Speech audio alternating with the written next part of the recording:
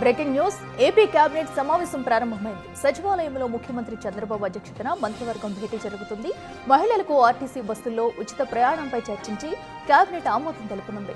ఆర్టీసీలో మహిళల ఉచిత ప్రయాణానికి సంబంధించి అధికారికంగా పేరు ఖరారు చేసి ప్రకటన చేసే అవకాశం ఉంది. అలాగే నాలా చట్ట సవరణకు సంబంధించి నిర్ణయం తీసుకునే అవకాశం ఉంది. వ్యవసాయ భూమిని వ్యవసాయేతర అవసరాల కోసం ఉపయోగించుకునేందుకు నాలా చట్ట సవరణ చేయనున్నారు. ఎల్ఆర్ఎస్ పై కూడా మంత్రివర్గంలో చర్చించే ఛాన్స్ ఉంది. ఇక కొత్త బార్ పాలసీపై ఏపీ కేబినెట్ చర్చ జరుగుతుంది.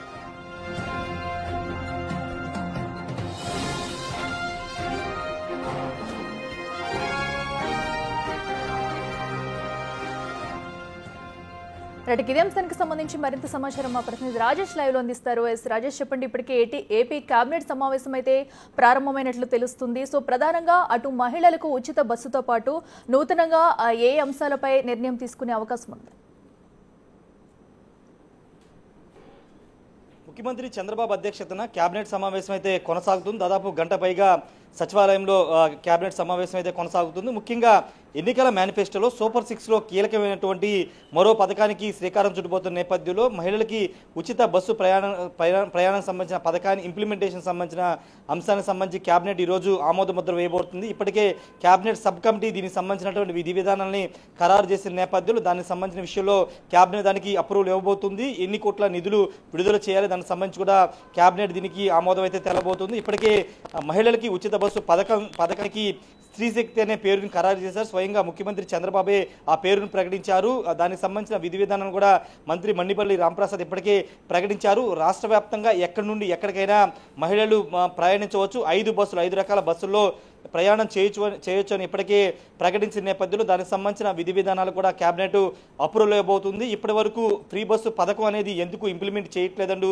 పెద్ద ఎత్తున ప్రతిపక్షాల నుండి విమర్శలు వస్తున్న నేపథ్యంలో సూపర్ 6లో కీలకమైనటువంటి ఆ పథకాన్ని కూడా రాష్ట్ర ప్రభుత్వం ఇంప్లిమెంట్ చేయబోతుంది. వాటితో పాటు కొన్ని కీలక అంశాల మీద ఈరోజు కేబినెట్లో చర్చ జరుగుతుంది. అదేంటంటే ముఖ్యంగా రేషన్కి సంబంధించినటువంటి వ్యవహారంలో గత ప్రభుత్వ హయాంలో నకిలీ రేషన్ కార్డులు అనేవి చాలా ఎక్కువ మొత్తంలో జరిగాయి. దానికి సంబంధించిన వ్యవహారంలో ఇప్పటికే రాష్ట్ర ప్రభుత్వం విజిలెన్స్ ఎంక్వైరీ వేసింది. చాలా నకిలీకి సంబంధించినటువంటి రేషన్ కార్డులు కూడా రద్దు చేసిన నేపథ్యంలో ఇప్పుడు కొత్త తరహా రేషన్ కార్డుని అమలు చేయబోతుంది, అందుబాటులోకి తీసుకురాబోతుంది. ఈ నెల 25 నుండి కొత్త రకం రేషన్ కార్డులు లబ్ధిదారులకి పంపిణీ చేయబోతుంది.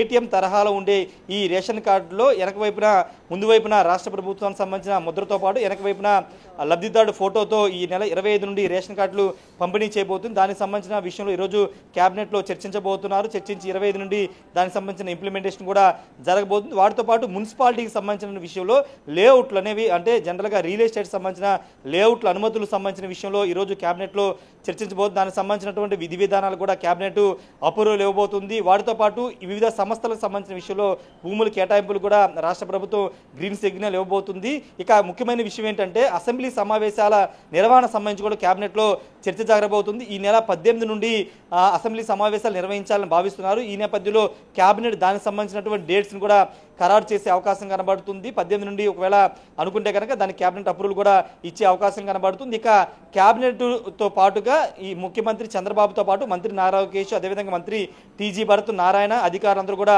గత నెలలో సింగపూర్లో పర్యటించారు. ఆ పర్యటన సంబంధించిన వివరాలు ముఖ్యమంత్రి కేబినెట్ సభ్యులకు వివరించే అవకాశం కనబడుతుంది. ఎన్ని లక్షల కోట్ల పెట్టుబడులు వచ్చాయి, పర్యటన ఏ విధంగా సాగింది, సింగపూర్ నుండి అమరావతికి సంబంధించినటువంటి ప్రాజెక్టులు కానీ అమరావతి నిర్మాణానికి సంబంధించిన ఎలాంటి అంశాలని అడాప్ట్ చేసుకోబోతున్న అంశాలను కూడా ముఖ్యమంత్రి సహచర కేబినెట్ మంత్రులకు వివరించే అవకాశం కనబడుతుంది.